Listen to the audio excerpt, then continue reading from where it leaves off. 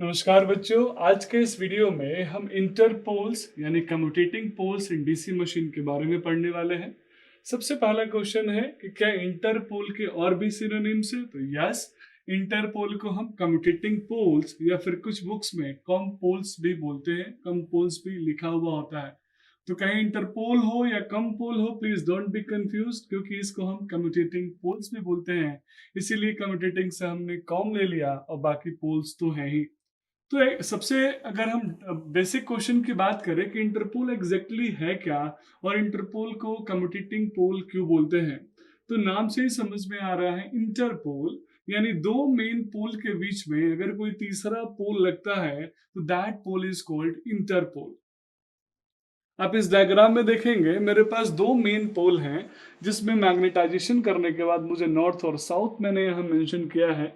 इन दोनों मेन पोल के बीच में हमने दो इंटर पोल्स लगाए हैं, यानी इन दोनों मेन पोल के बीच में जो छोटे छोटे पोल्स लगेंगे, these poles are called interpoles. Interpoles कभी भी मेन पोल का रोल प्ले नहीं कर सकते हैं।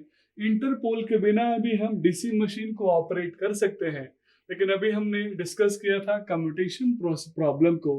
तो कम्यूटेशन के अंदर जो पुअर कम्यूटेशन का प्रॉब्लम होता था, उसको दूर करने के लिए हमने दो मेन पोल के बीच में एक इंटरपोल इंसर्ट किया है, and that interpole is called compole या फिर कम्यूटेशन पोल। आइए बच्चों, हम समझते हैं कम्यूटेशन पोल का लोकेशन हमेशा फिक्स होगा। तो यस, ये हमेशा फिक्स होगा और ये बिटवीन मेन फील्ड पोल से कनेक्टेड होता है, इसीलिए इसमें कंफ्यूज होने वाली कोई बात नहीं है। इसमें हमेशा हम मेन पोल के बीच में ही कनेक्ट करेंगे, बाकी डिपेंड करेगा इंटरपोल की काउंट कितनी होगी, वो डिपेंड करेगा मेन पोल के रिस्पेक्ट में और कम्यूटेशन के स्टेटस पे। हम बात करते हैं कम्यूटेशन में, यानी इंटरपोल जो हमने इंसर्ट किया है, उस इंटरपोल का एग्जैक्टली पर्पस क्या है, क्या फंक्शन है। तो इंटरपोल मेनली दो फंक्शन के लिए ऑपरेट होता है, डीसी मशीन में इंसर्ट होता है। सबसे पहला है automatic neutralization of cross magnetization due to armature reaction. जब हम आर्मेचर रिएक्शन पढ़ रहे थे तो वहां हमने डिस्कस भी किया था कि आर्मेचर रिएक्शन के इफेक्ट को मिनिमाइज करने के लिए एक तो ऑप्शन हमारे पास है कंपनसेटिंग वाइंडिंग, जो कि आर्मेचर के सीरीज में कनेक्टेड होता है और आर्मेचर के जस्ट सामने पोल फेसेस में, स्टेटर के पोल फेसेस में हम उसको इंसर्ट करते हैं, ताकि हर हाफ साइकिल में करंट के डायरेक्शन को रिवर्सल कर सके।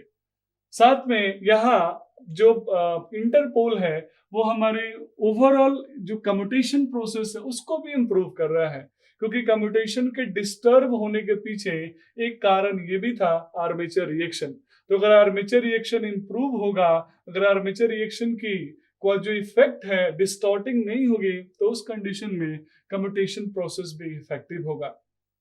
जो दूसरा फंक्शन है to counter and cancel reactance voltage in the coil undergoing commutation.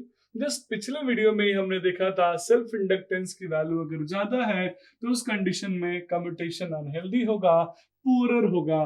तो यहाँ इंटरपोल ये भी काम करता है कि वो रिएक्टेंस वोल्टेज को कैंसिल करता है ताकि कम्यूटेशन इफेक्टिव हो सके। तो बच्चों, इंटरपोल जो है वो मैग्नेटिक फील्ड को प्रोड्यूस करता है, और ये मैग्नेटिक फील्ड कहीं ना कहीं आर्मेचर करंट को जो डिस्टॉर्ट हो रही थी, उस डिस्टॉर्टेड आर्मेचर करंट को काउंटर रिएक्ट करता है, हेल्प करता है ताकि यूनिफॉर्म फील्ड डेवलप हो सके, जिससे स्पार्क फ्री करंट रिवर्सल हो सके। और स्पार्क फ्री करंट रिवर्सल का मतलब है कम्यूटेशन गुड होगा, कम्यूटेशन हेल्दी होगा।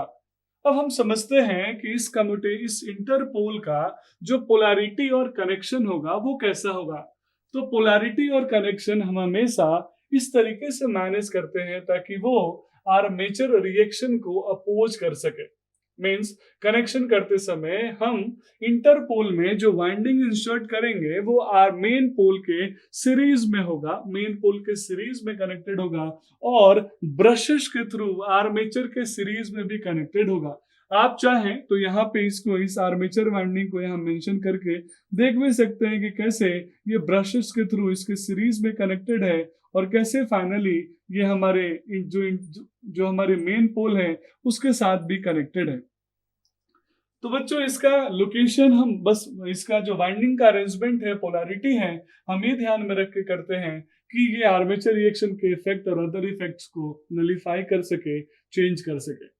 मीन्स अगर मैं ओवरऑल कंक्लूड करूं तो इंटरपोलर वाइंडिंग होगी वो हमेशा आर्मेचर के सीरीज में कनेक्टेड होगी, चाहे वो डीसी सीरीज मशीन हो या फिर डीसी शंट मशीन हो। आप इक्विवेलेंट सर्किट डायग्राम में भी बना सकते हैं कि कैसे आर्मेचर के सीरीज में कनेक्टेड है आपकी इंटरपोलर वाइंडिंग या फिर कंपनसेटिंग वाइंडिंग।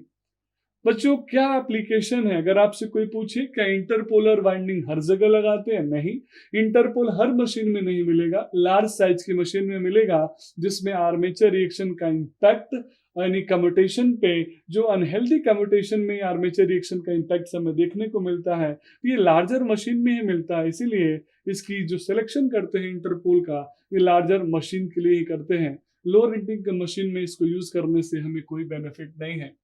तो बच्चों कंपनसेटिंग वाइंडिंग ऑलरेडी हम पुराने वीडियोस में पढ़ चुके हैं, आप उसको रिफर कर सकते हैं। इसीलिए मैंने यहाँ कंपनसेटिंग वाइंडिंग का कोई सेपरेट वीडियो या फिर डायग्राम नहीं बनाया है।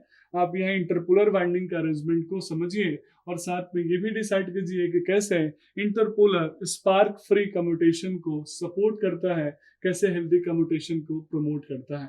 That's all about this video. Thank you so much.